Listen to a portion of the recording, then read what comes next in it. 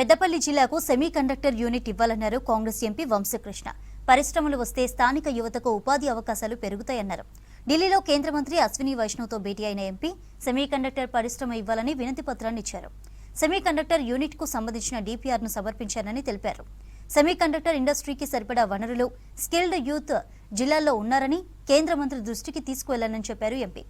గతంలోనే పెద్దపల్లికి semi conductor పరిశ్రమ రావాల్సి ఉన్నా చంద్రబాబును సంతోషపెట్టేందుకే ఏపీకి తరలించారని ఆరోపించారు ఎంపీ వంశకృష్ణ. కొన్ని రోజుల క్రితము అశ్విని వైష్ణవ్ గారిని నేను పార్లమెంట్లో ప్రశ్న అడగడం జరిగింది. ప్రాజెక్ట్ స్టేటస్ దాదాపు 4,000 కోట్ల ప్రాజెక్ట్స్ ఏదైతే పెద్దపల్లికి మంచిర్యాలకి ప్రాజెక్ట్స్ తీసుకొచ్చినామో ఆ ప్రాజెక్ట్స్ మీద స్టేటస్ అడగడం జరిగింది. వారు కూడా ఆ స్టేటస్ మీద ప్రాపర్ రిప్లై ఇస్తాము, మేము స్పందిస్తామని చెప్పి వారు అక్కడికక్కడే రిప్లై ఇవ్వడం జరిగింది.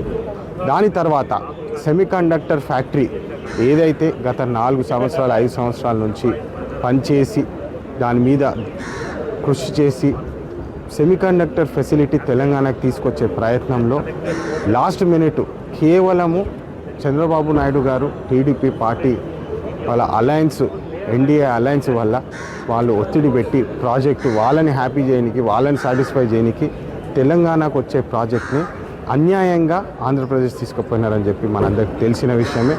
తెలంగాణకి సెమీకండక్టర్ ఫెసిలిటీ వస్తే చాలామందికి ఉద్యోగాలు వచ్చే అవకాశం ఉండేది. కానీ మోడీ గారు, చంద్రబాబు నాయుడు గారు కేవలం అలయన్స్ పాలిటిక్స్ చేసి ఒక ముఖ్యమైన సెమీకండక్టర్ ఫెసిలిటీ తెలంగాణకు వచ్చేది ఆంధ్రప్రదేశ్ తీసుకుపోవడము మనం అందరం చూసినాము. దాని మీద కూడా నేను వారిని ప్రశ్నించడం జరిగింది.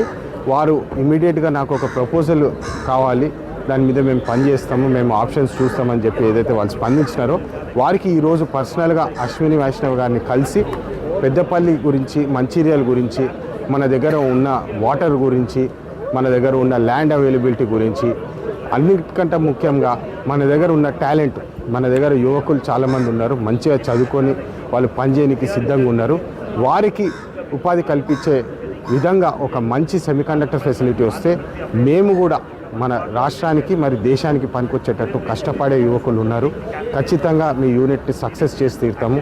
ఎట్లయితే రామగుండం ఫర్టిలైజర్ కార్పొరేషన్ నడుస్తుందో, ఎన్టీపీసీ నడుస్తుందో, మరి అదేవిధంగా సింగరేణి నడుస్తుందో, దాదాపు 70 మిలియన్ టన్నులు కోల్ ఏదైతే మనము సింగరేణికి మన పెద్దపల్లి మంచిర్యాలకి వెళ్ళి ఇస్తున్నామో అది వారికి ఉదాహరణగా చెప్పి ఇక్కడ సెమీకండక్టర్ ఫెసిలిటీ వస్తే మన పిల్లలకు చాలా బాగుంటుంది, భవిష్యత్తు బాగుంటుంది అని చెప్పి నేను వారికి మళ్ళొకసారి రిప్రజెంటేషన్ ఇవ్వడం జరిగింది.